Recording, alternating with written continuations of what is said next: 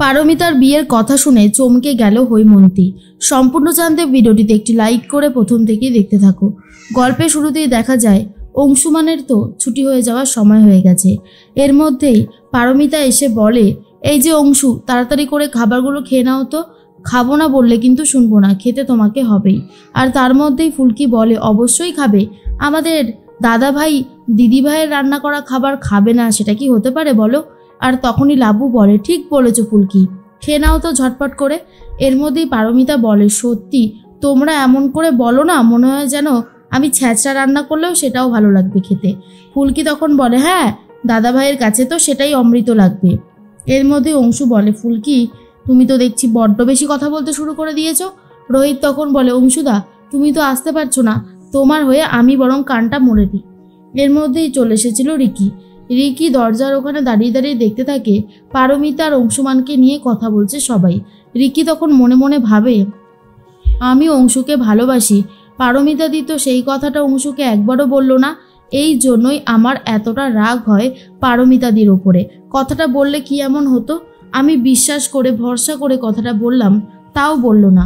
এর মধ্যেই দেখা যায় পারমিতা মনে মনে ভাবে, অংশুমান যে সুস্থ হয়ে গেছে এটাই অনেক বড় কথা।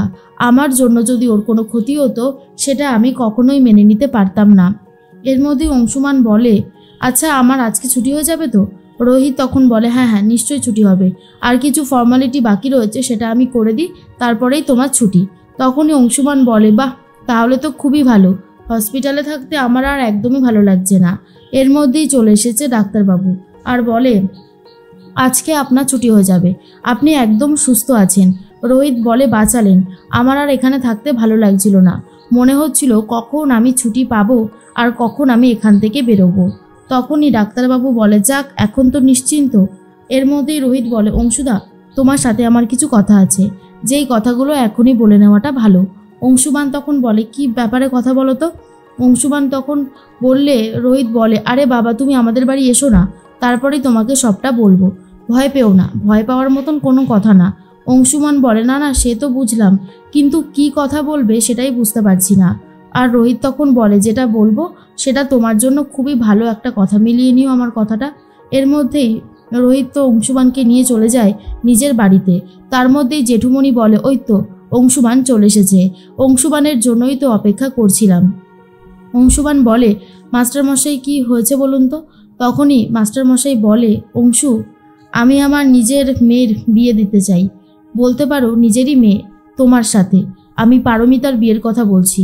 আর এটা শোনার পর তো অংশুমান একেবারেই চমকে যায়, নিজের কানকে বিশ্বাস করতে পারছে না, কারণ পারমিতার সাথে অংশুর বিয়েটা মাস্টারমশাই মেনে নেবে এইভাবে সেটা বিশ্বাসই করতে পারেনি। রোহিত তখন বলে, কি সারপ্রাইজটা কেমন লাগলো? জানি তোমার কাছে অনেকে অবাক লাগলো, কিন্তু আমরা অনেক আগে থেকেই জানতাম জেঠুমণি যেই সিদ্ধান্তটা নিয়েছে সেটা একদম ঠিক সিদ্ধান্তই নিয়েছে, মানে আমরা তো এই সিদ্ধান্তে একদমই খুশি হয়েছি। তখনই পারমিতার কথা ভাবতে অংশুমান বলে, আসলে মাস্টারমশাই পারমিতা যদি এই বিয়েতে রাজি থাকে তাহলে আমার আর এই বিয়েতে কোনো আপত্তি নেই, আমি একবার বাবা মার সাথে তবুও কথা বলে নেব। কথাটা শোনার পরেই জেঠুমণি বলে, তুমি তাহলে তোমার বাবা মার সাথে কথা বলো, এদিকে আমিও রাজি আছি। আমার মেয়েটার বিয়ে আমি অনেকবারই দিতে চেয়েছিলাম জানো তো অংশু, কিন্তু ভরসাযোগ্য সেরকম কোনো পাত্র পাইনি। এখন তোমাকে পেয়েছি, তোমার ওপর সেই ভরসার বিশ্বাসটা আছে যে তুমি আমার মেয়েটাকে ভালো রাখবে। পারমিতা যদি ভালো থাকতে পারে এর থেকে ভালো কিছু আর হতে পারে না। আমি আগেও চেয়েছি, এখনও চাই পারমিতা ভালো থাকুক, সুস্থ থাকুক, ভালো থাকুক, সবটাই ও নতুন করে আবার শুরু করুক, কারণ তথা তো আর কোনোদিন ওর জীবনে ফিরে আসবে না। তথা জায়গাটা যদি তুমি নিতে পারো সেক্ষেত্রে অনেক ভালো কিছুই হবে। এটা শোনার পরেই অংশুমান বলে, আপনি যে আমার উপর ভরসা করে এত বড় একটা দায়িত্ব আমার ওপর দিচ্ছেন এটাই আমার জন্য অনেক বড় কিছু, আমি সারাটা জীবন আপনার কাছে ঋণী হয়ে থাকবো। মাস্টারমশাই বলে, না না তেমন কোনো ব্যাপার না, তুমি যদি সঠিক দায়িত্ব পালন করতে পারো তার থেকে বেশি খুশি আমি হব না। এর মধ্যেই অরুণা, ফুলকি, লাবু সবাই চলে এসেছে আর বলে, যাক বাবা অংশুমান যে রাজি হয়েছে এটাই ভালো। জেঠিমণি আর কথাই ভাবতে থাকে ফুলকি আর বলে, জেঠিমণি যদি জানতে পারে তাহলে কিন্তু অনেক অশান্তি হবে। তখনই মাস্টারমশাই বলে, অংশুমান তুমি তোমার জেঠিমণির কথায় কিছু মনে করো না, আসলে উনি একটু রাগারাগি হয়তো করবে, কিন্তু ওনাকে সামলে নেওয়ার দায়িত্ব আমার। এটা তো ঠিকই, আমাদের বয়স হচ্ছে, পারমিতা কতদিন আর এইভাবে একা একা থাকবে? ওর একটা ব্যবস্থা না করা পর্যন্ত আমারও দুশ্চিন্তা কাটবে না। আর এটা শোনার পরেই তখনই মনে মনে রিকি ভাবতে থাকে, এটা আমি কি শুনলাম? তাহলে সত্যি সত্যি অংশুমানের সাথে পারমিতাদির বিয়ে ঠিক হয়ে গেল। এর মধ্যেই পারমিতা চলে এসেছে আর বলে, বাবা তোমাদের চা। এর মধ্যেই পারমিতাকে দাঁড় করিয়ে দেয় জেঠুমনি আর বলে, পারমিতা, আমি তোমার বিয়ের কথা বলছিলাম। আমি তো তোমার বাবা, তুমি তো আমাকে বাবার মতোই ভালোবেসেছো, শ্রদ্ধা করেছো, তাই আমি কথাটা বলি মা, শোনো, তুমি কিন্তু এই বিয়েতে অমত করো না।